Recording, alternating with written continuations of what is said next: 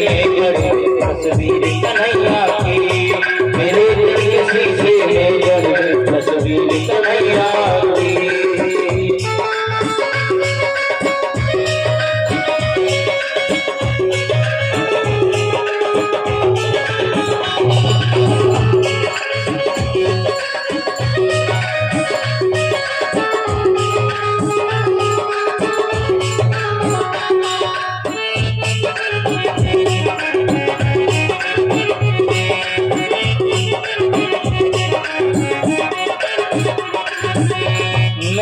दीवानी तेरी तू ही बस प्राण मेरा, गोरा कागज दिल पे लिख दिया नाम तेरा।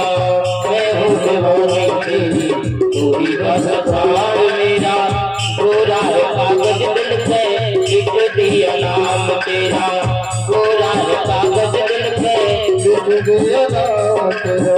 जिंदगी है दिल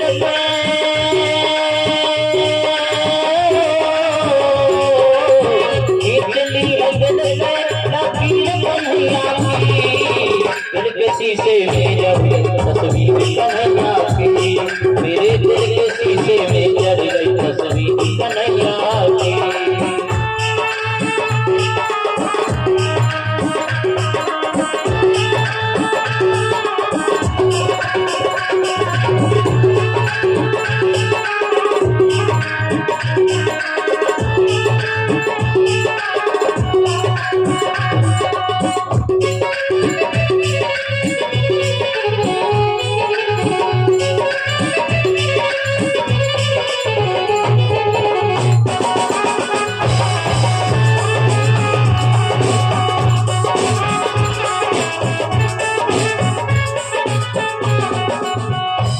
के कमर में प्यारे कैसा उलझाया तूने, कौन हूँ कहाँ से आई सब कुछ भुलाया तूने। रूप के कमर में प्यारे कैसा उलझाया तूने, कौन हूँ कहाँ से आई। रूप के कमर में प्यारे कैसा उलझाया तूने, कौन हूँ कहाँ से आई सब कुछ भुलाया तूने। कौन हूँ कहाँ से आई सब कुछ भुलाया तूने, कौन हूँ कहाँ से आई सब कुछ भुलाया तूने। असली रमाए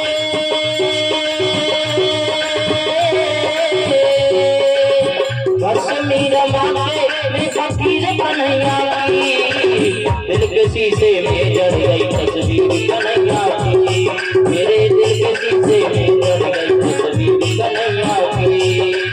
वो मेरा दिलवर है, वो मेरा दिलवर है, मेरा वीर कन्हैया की, दिल के शीशे में जड़ गई तस्वीर कन्हैया की, मेरे दिल के शीशे में जड़ गई तस्वीर कन्हैया की, मेरे दिल के शीशे में जड़ गई तस्वीर कन्हैया की, मेरे दिल के शीशे में जड़ गई तस्वीर कन्हैया की, मेरे दिल के शीशे में जड़ गई तस्वीर कन्हैया।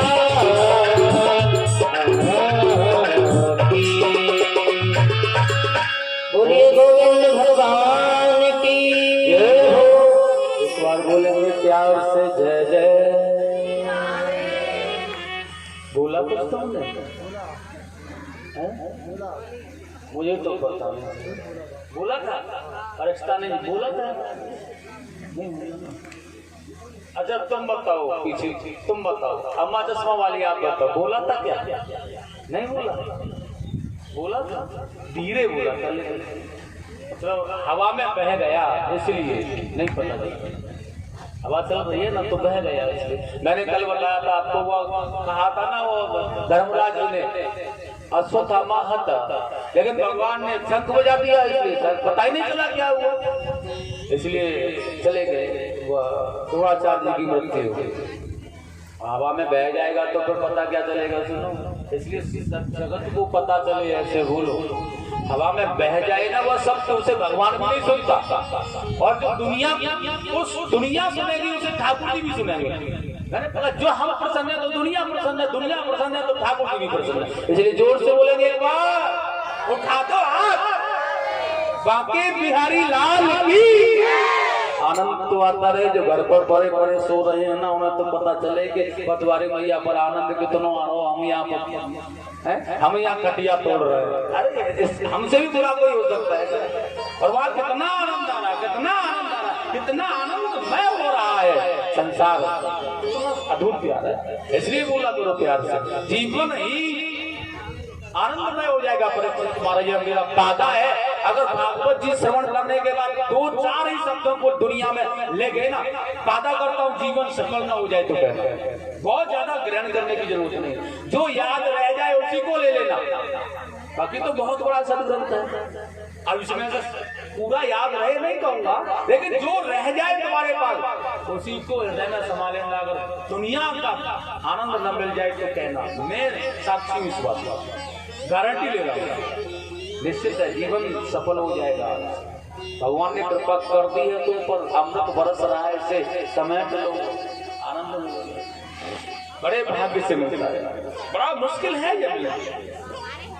कितने लोग, कितने वाले दुनिया में पैसे वाले धनवान, कितने भाग, लेकिन यह समय, यह अवसर बड़ा मुश्किल से मिलता है जो आज मिला है। ध्रुव जी को भगवान ने वरदान दिया, वो अपने नगर के लिए आए हैं। वो तान बाद में देखा है मेरे पुत्र ने भगवान को प्राप्त किया छोटी सी अवस्था में, और मैं ये सोच रहा था कि मैं जाकर भजन करूंगा बुढ़ापे में, यातना विषयों में पड़ा रहा। लेकिन नहीं, भगवान को मिलने के लिए इंतजार ही नहीं करना है। इस बात को, इस कथा से, धर्मचरित्र से हमें सीखने के लिए ये मिलता है, क्योंकि यह आदर्श है हमारी कथा। और इन कथाओं से हमें क्या ग्रहण करना चाहिए, क्या सीखना चाहिए, यही बता रही है कथा। तो धर्मचरित्र से क्या लिया है आपने? केवल यही, भगवान को पाने के लिए इंतजार नहीं करना है। भगवान को पाने के लिए कोई इंतजार ही नहीं करना है। आज मन में आ गया है तो आज ही लग जाओ। समय बड़ा बलवान है, कोई पता नहीं। और ध्रुव जी ने पा लिया गोविंद को। यहाँ पर राजा पाठ में देखा है, अब छोड़ दो दुनिया को, और अपने पुत्र को राज्य देकर के चले गए, वन में तपस्या की और सदगति को पाकर के भगवान के नाम दिया। लेकिन ध्रुव जी महाराज ने बहुत अच्छे ढंग से राज्य का शासनकाल किया है। ध्रुव जी के 2 विवाह हुए हैं। इनकी पहली पत्नी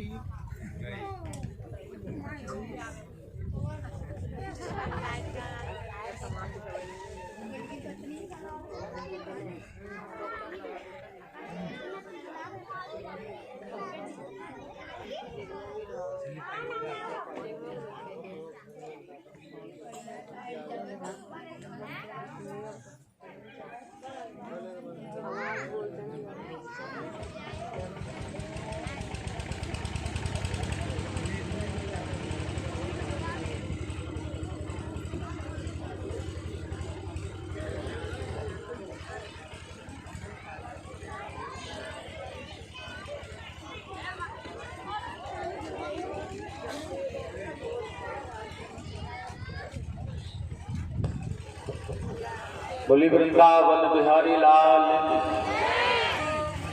देखिए, जब कभी कथा में मन ज्यादा लगता है ना हमारा कुछ सुनने के लिए, तो बाधाएं आती हैं, या निंद्रा ज्यादा नहीं हो तो नींद ही आ जाती है। अच्छी कथा थी, और जब कथा में ज्यादा रुचि आ रही हो, ज्यादा मन लग रहा हो ना, तो बाधाएं आ रही है ना। कल आपने कथा में आनंद लिया, एक ही बार भी ट्रक नहीं दिया लाइट बिजली, आज देखो दे रही है माता के नहीं दे रही। यही तो संकट है, यही संकट आते हैं हमारे ऊपर, जो हमें परे करते हैं ठाकुर जी से। लेकिन हमें संकटों से जूझ करके लड़ना है, और फिर भी भगवान के बने रहना है। उसका ही तो नाम जीवन है। बाकी क्या जरूरी, पशुओं के जैसे जीवन को जीना कोई जीवन थोड़ी है। देखिए, माँ बाप तो पशुओं के भी होते हैं, संतान पैदा तो पशु भी कर लेते हैं, और बस यही कुछ करके चले जाए, फिर मानव की श्रेष्ठता क्या है? मानव क्या है? क्यों आया संसार में भाई? ये सुंदर सा जीव बना करके यहाँ भेजा है ठाकुर जी ने, वो क्यों भेजा है? कुछ तो नया करना चाहिए, कुछ तो अलग करना चाहिए, इसलिए लगे। ध्रुव जी महाराज के 2 विवाह हुए हैं। पहली पत्नी ब्रह्मी से कल्प एवं बत्सर नाम के 2 पुत्र हुए हैं, और उनकी दूसरी पत्नी इला से पुत्र उत्कल तथा एक कन्या हुई, जिसको राजा बनाने की मन में भावना लेकर के सुरुचि बैठी थी, वह अब विवाहित रह गया, उत्तम का विवाह नहीं हुआ। लेकिन ये उद्दंड प्रवृत्ति क्या, क्योंकि यह पुत्र ही माता सुरुचि का है। अब यहाँ आपको क्या सीखना है? माता से पुत्र का भाव होता है, माता का जैसा मन है पुत्र का मन वैसा बनेगा, निश्चित है।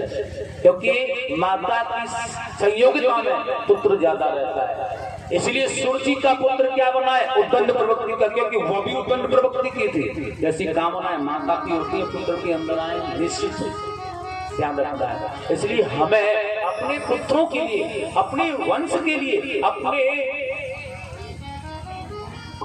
बच्चों के लिए अपने मन को पवित्र रखना चाहिए। तो हमारा मन पवित्र होगा तभी हमारी संतान पवित्र होगी। इस विषय का ध्यान रखना। और मन पवित्र नहीं होगा, संतान पवित्र नहीं हो सकती।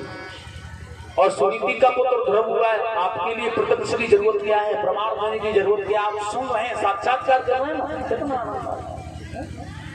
बहुत ही सुंदर।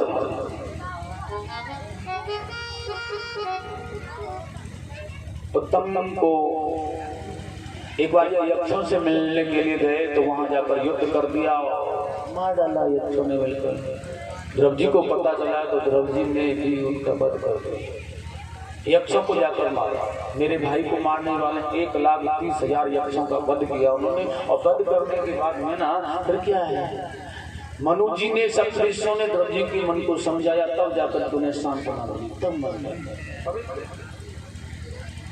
भगवान ध्रुव जी महाराज भूलोक में बहुत अच्छे प्रकार से उन्होंने अपने मन को बनाया, सत्य धर्म का पालन किया है, अनेक यज्ञों का आयोजन किया है, बड़े ऋषि मुनियों की सेवा की, बहुत सुंदर भाव धर्म की स्थापना की और बड़े बड़े यज्ञों का आयोजन किया। और ये जब 36,000 वर्ष पूरा हो गया है तो विमान आया। इनकी माता को भी विमान लेने ही आया था महाराज, और स्वयं ध्रुव जी महाराज को भी विमान ही लेकर के गया है। प्रेम से बोलेंगे ध्रुव जी महाराज की, आनंद कंद भगवान की जय। जय जय श्री राधे श्याम। आगे इसी वंश में बड़े सुंदर राजा हुए महाराज, अंग नाम के राजा, जो बहुत सादा प्रवृत्ति की और सदाचारी हुए। लेकिन उसके बाद में बैन नाम का राजा हुआ, यह बड़ा अत्याचारी हुआ। ऋषियों ने इसे बहुत समझाने की चेष्टा की, लेकिन जब संत से समझाते हैं, ब्राह्मण से समझाते हैं, यह उल्टा उन पर वार करता है। माने सठ, तुलसीदास जी कह रहे हैं, सठ सन विनय कुशल सन प्रीति, सहज कृपण सन सुंदर नीति। समझाने का प्रयास करो। संतों का, ब्राह्मणों का कर्तव्य होता है समझाना, लेकिन बार बार समझाओ, लेकिन उसके बाद भी नहीं समझता। जो बिल्कुल सच है उसके समझ में नहीं आता। और सठ के साथ में फिर क्या करना है, ये तुलसीदास जी ने बता दिया। सठ सन विनय कुशल सन प्रीति और सहज कृपण सन सुंदर, उसे उसकी भाषा में समझाना पड़ता है। हार गए तुलसीदास जी भी कह दिया, फिर उसी की भाषा में जवाब दो, समझाओ, तभी आएगा, उसकी अकल तभी ठिकाने लगेगी, उसके बाद नहीं लगेगी। और उसी की भाषा में समझाया है ब्राह्मणों ने। अभी से बहुत बार समझाया, बहुत बार कहा, बहुत बार कहा, लेकिन बार बार वो संतों को, ब्राह्मणों को उपदेष्टा करता है, नाना प्रकार से आरोप लगाता है। तो मेरी रोटियां खाते हो, मेरे राज्य में रहते हो, और मेरे राज्य में मेरी रोटियां खा करके मेरा भजन नहीं करते हो, भजन किसी दूसरे का करते हो, और फिर भी मुझे उपदेश दे रहे हो। इसलिए आज संतों को क्रोध आ गया है और संतों ने एकदम से श्राप दे दिया है। अन्यताम अन्यताम इस पायहम प्रवृत्ति दारुणा, ऐसा कहकर के श्राप देकर के उन्हें मार डाला। अब राजा मर जाने के बाद में प्रजा